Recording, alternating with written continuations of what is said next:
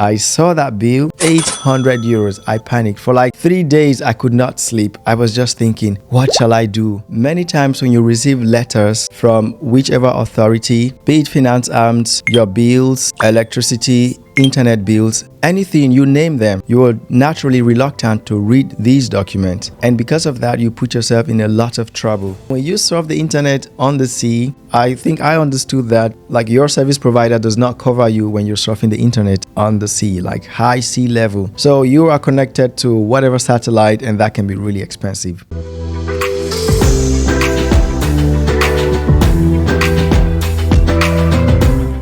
Most of your problem in Germany will disappear if you would have the patience to read what you have in front of you most times. In this video, I'm going to share my experience with you and what I have seen also with many other people, especially when it comes to things that trouble them in Germany. We all know that by default, because most of us came as adults to Germany, so maybe above 20 years old and so on, it becomes a bit difficult and naturally challenging to mingle and to find friends that also have the same drive and aspirations as you do. And then if you top that up with not having sufficient command of the German language, it doesn't make it easy for you. And what this translates to is many times when you receive letters from whichever authority, be it Finanzamt, your bills, electricity, internet bills, anything, you name them, you are naturally reluctant to read these documents. And because of that, you put yourself in a lot of trouble. One good example that always happens with many people is when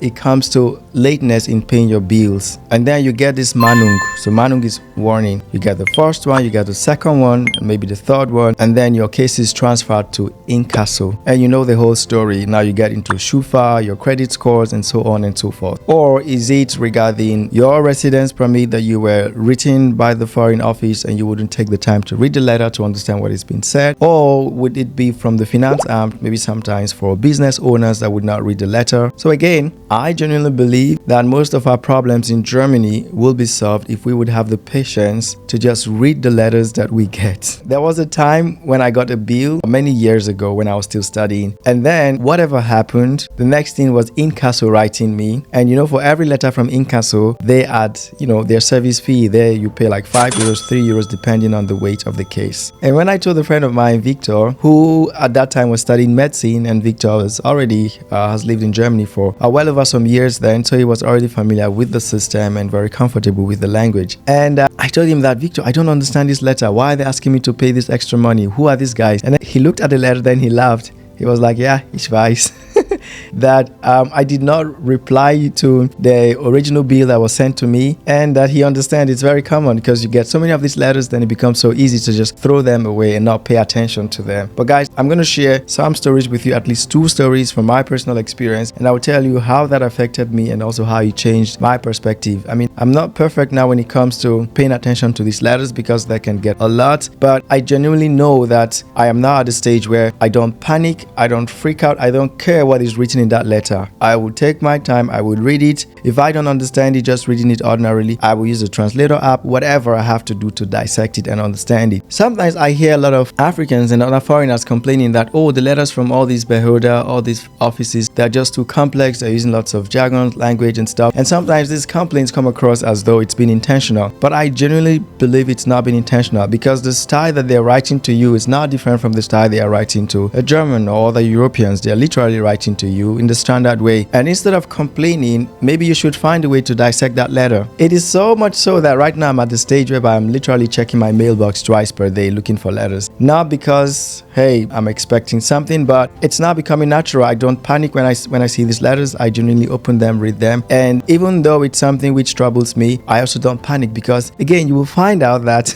in lots of situations that people just panic, in my opinion, is just absurd. And you will know this in the story I'm going to tell you. Oh, by the way, welcome to Immigrant Hub channel. My name is Mike and I'm the guy behind Immigrant Hub channel. I am the CEO and co-founder of Bureaucracy, the company that is behind Immigrant Hub Germany, that is behind Settling, that is behind this channel, obviously, and a couple other stuff. I have been in the migration space, especially study, work abroad, establishment, entrepreneurship in Germany for some time now. And my vision is to see that migration becomes something sustainable. everyone talks about sustainability, everyone talks about migration, moving abroad and all that. But when it comes to the practicalities, how are they actually making contributions to ensuring that people moving from one part of the world to the other, that this process is sustainable and it's not resulting into what people call brain drain and stuff like that, but it's like literally living in a world in a global village sense, whatever that means. But my point is that we can still move, we can still migrate and still be very valuable to, first and foremost, ourselves, that we still exercise our potentials and we still give back to where we come from and be valuable contributors to where we are. That's my aim. That's what I try to do across my ecosystem. And in this channel,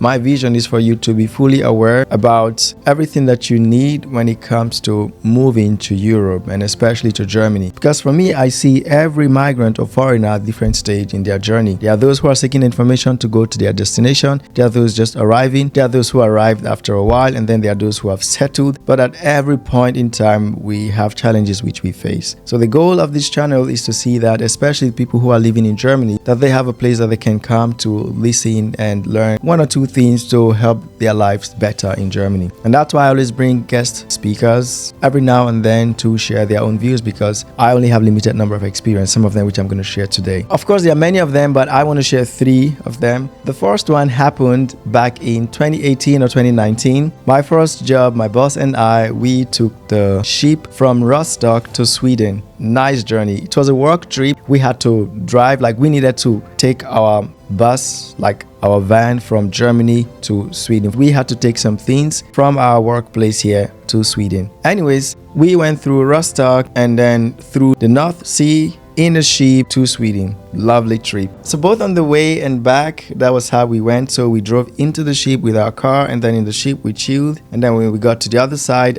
precisely in, I think it's called Gothenburg in Sweden, then we drove out and continued in the place. Now what happened is, on the sea, I was still surfing the internet, and when you surf the internet on the sea, I think I understood that like your service provider does not cover you when you're surfing the internet on the sea, like high sea level. So you are connected to whatever satellite, and that can be really expensive. When I returned from that trip, I got a bill from my service provider, the internet company, the phone company, and 800 euros for that month. I saw that bill, 800 euros. I panicked. For like 3 days, I could not sleep. I was just thinking, what shall I do? You know, it's like you get the bill and you can't explain how that happened. But anyways, after I panicked, I tried to look for a solution, and I took up the phone and I called them. I said, hey, how did this happen? So they explained to me. They said I was probably in a destination that they do not cover, and I was connected to some other network, and that could be expensive. And they asked, did I travel by the sea recently?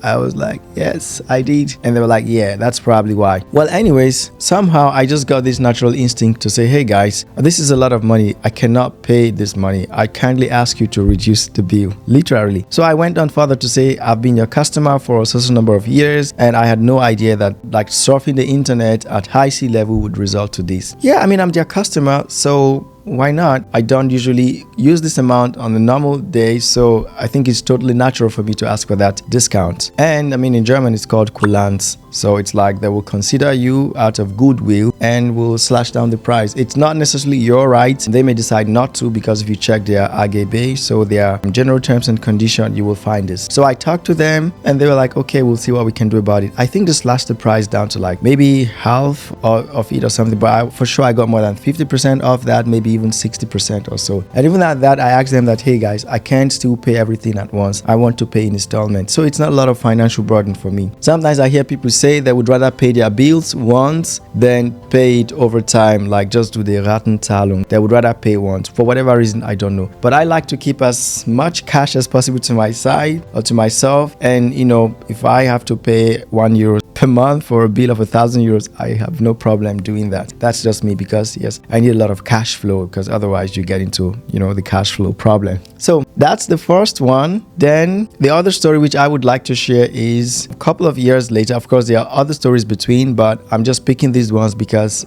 I hope that you can relate with them. So the other story is with my electricity bill. I moved from my previous location to a new location, so to a new apartment, and I lived there for the first year. And the next year, as you know, you always get your Strom, your electricity bill usage, so the Abrechnung for your electricity consumption, you get it the next year. So I was paying monthly, right? Because you pay monthly, and then at the end of the year, if you use more, you will pay the balance. If you use less, you will get a refund, right? So they always do this balancing. So I got the bill that I have to do a NAC talong, so paying back of 1,300 euros. Yo, imagine you moved into a new place. You know, it's always expensive when you move into a new place because you are buying new stuff, and also that period, I was not really in a good financial position, and now getting this bill of 1,300 euros which I have to pay as NAC talong, I couldn't understand it. I didn't tell my wife. I couldn't sleep well that night. I was just thinking, where am I going to get this money from? I was unnecessarily stressed. Today I say unnecessarily stressed because of what I will tell you shortly. So I slept over that. Well, I didn't sleep very well, but the next day I took up the letter again. And the funny thing is, you know, once that you're not paying attention to the details, you're just going, how much do I have to pay, or how much am I getting back? So I was reading it and I just saw 1,300 NAC talong, blah blah blah, pay until this day. I was like, how? So I kept that. I slept over it. I didn't really sleep. The next day, I took the letter again and then I read closely. And then I saw somewhere at the place where they put the amount, or rather maybe the explanation of the amount, like breaking down the bills, telling me my consumption, there was a star. Then I went down and I read that star and I understood that this kilowatts per hour consumption is estimated. Whew. I don't know if I was relieved, if I was happy, or if I was pissed. I was relieved on one hand because this is bullshit. If it's estimated, then definitely it was overestimated. But then I was mad because I felt like I could have seen this yesterday. So what the heck? Why did I go through that trouble? So when I saw that and then I was calmer, then that was the moment that I could tell my wife actually that, hey, this is what actually happened. I couldn't sleep last night and all that. And she was like, honey, if you would just read the letter, you will understand what they're talking about. It turned out that they estimated that calculation because I did not send them the reading of my electricity meter. Because I'm not sure how it works for you, but most times you are supposed to send your reading at the start and at the end of the year, or at least once per year, so they can always calculate your consumption and then provide you with the final invoice for payment. So I didn't do that, and because of that, they estimated based on the consumption of the previous person who lived there. What the heck? Maybe the person was growing weed in the house or doing something weird, I don't know, but I was not using up to that amount of electricity. My point is this: I haven't seen anybody, but I wouldn't be surprised if somebody who's watching this, or you may know somebody who has seen a bill like that and didn't think about it and they just went straight to make the transfer, or they asked to pay in installment or whatever. And I don't think the company will come to you and help you to check it. No, they estimated it. They put it there in the letter that this bill was estimated. It is your job to read all the things in the lines and then get in touch with them accordingly. Otherwise, you will be paying for something that you did not use. Can you believe that it turns out that what I was supposed to pay back was around 300 euros? Another 1,300 euros. I would have paid 1,000 euros more had I not looked very well and called them. So again, most of your problems will be solved if you have the patience to just read your letters thoroughly. Have you had similar experience? Please let me know. I really would love to hear your thought on this. And why am I doing this? I'm doing this because I feel like our life in Germany can be so much better if we will just pay attention to certain things that we do. The other one is more related to me as an entrepreneur. And then it's like if you run a company in Germany, especially at the beginning, most of the times you are just doing some stupid bureaucratic works, some paperwork, rather than focusing on your business. And this is why I do encourage people, before you get into all the business registration stuff, be sure that that business is already generating some form of income, because once you get started, there are lots of legal obligations that will take your time. And if your team is not big enough, if you don't have any team at all, then you are really divided, or at least your focus and your time, your resource is divided between taking care of these administrative stuff, which is not necessarily bringing money to you, rather than focusing on the business, which is the main deal. So you have to ask yourself, where are you going to put your time? In my case, the problem I've had, or the challenge I've had there, which is still happening, is always reading those fucking letters from the Finanzamt. Yes, I don't know if it's humans that are writing those letters, if it's machine, if it's what, but sometimes when those letters come, you see them like this, and you have no idea. I mean, well, what to do is to read them and respond. But the thing is this: if you are a business owner, please do yourself a favor. Even if you have a tax advisor that works for you or works with you, whatever the arrangement is, you still have to read every letter that comes from them. I would have had way less challenges if I would just take the time to read. And even if I don't understand, it's okay. Why? Because you know what you do if you don't understand. You pick up the phone and you call the number on that letter. And sometimes you may call and you won't get through, or you don't trust your German, so you don't want to call. There is also an email address that you can write to. When you email, then you can literally write in your original language and then translate to German and really express yourself. And the truth is, so far from my experience, you're not obligated to always call and certain things on the phone. No, you have multiple options to contact the Finanzamt. And what you're doing is you can literally ask for explanation. Now, one of the cases I had is a tax advisor did the declaration for a previous year for me. And then I was getting some letters from the Finanzamt asking me to explain something. So there were like some figures were not really matching up. How so? Well, I didn't really understand that because I didn't do the declaration. So what I did was, before I sent it to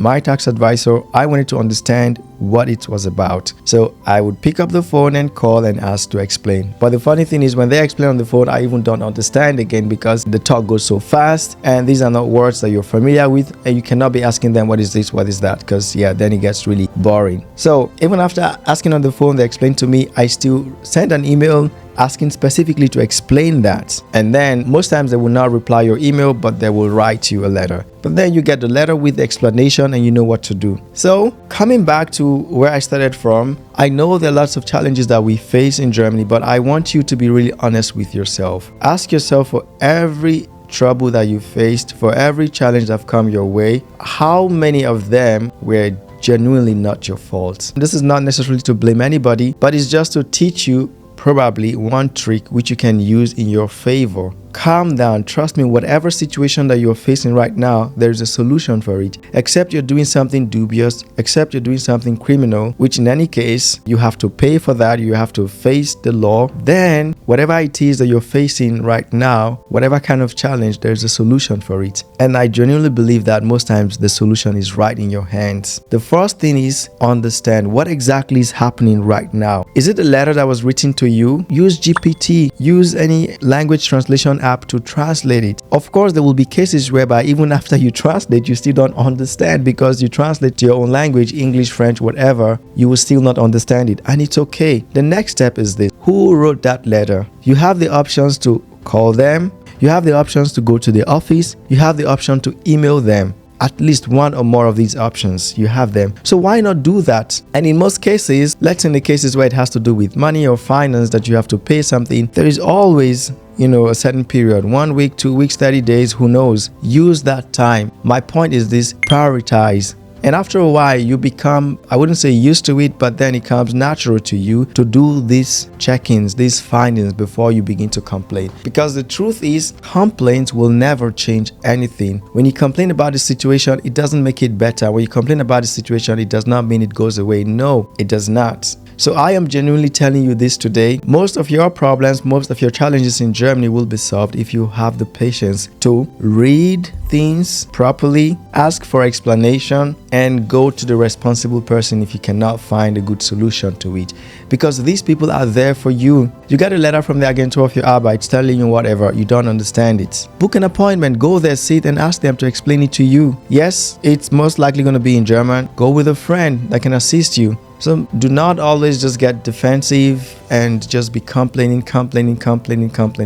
It doesn't really help you. You get a bill, you don't understand it, and even if you understand it, still check, because most times a lot of people are paying for things which they did not use, things which they are not responsible for paying, and it's simply because the price was estimated due to whatever, and you're just paying for it. Again, the quality of your life is going to be so much better if you would put these little tips into practice. And above all, when you get a huge bill for something, you can always bargain, even though you've used it. I've had experience where I traveled back home and by mistake, I used my German line to call. And that went into close to maybe 200 euros or more. When I came back, I got the bill and I could see, when you get your bills, there's also the part where you can get the bills for showing the details of your usage. And then you will see the times the calls were made, where the calls went to, how many minutes, and so on. So I requested for that, and I could see that, okay, it was the call I made when I traveled back home. And what I did was to talk to the company. I said, hey guys, I know I used this amount, but this is really going to be a lot of financial burden for me right now. And then funny thing is, I just recently subscribed to them. I said, I know it's my fault, but if I would have to pay this, then it's really a bad experience starting off with you guys. And they reduced it. Like, these people want to do business with you. So negotiate. That's my point. Negotiate for whatever that you are doing. You've used it, you're about to buy it, you can always negotiate. So that's all I have for you in this video. I hope it was valuable. I hope you learned something. I really would love to hear from you. What has been your experience like? You know, have you been paying for something you did not use? Have you been paying too much for something? How has it been like for you? I really would love to hear your thoughts. Leave them in the comment below, and I'll see you around in the next video or in the next audio, wherever you're listening to this from. Cheers, guys.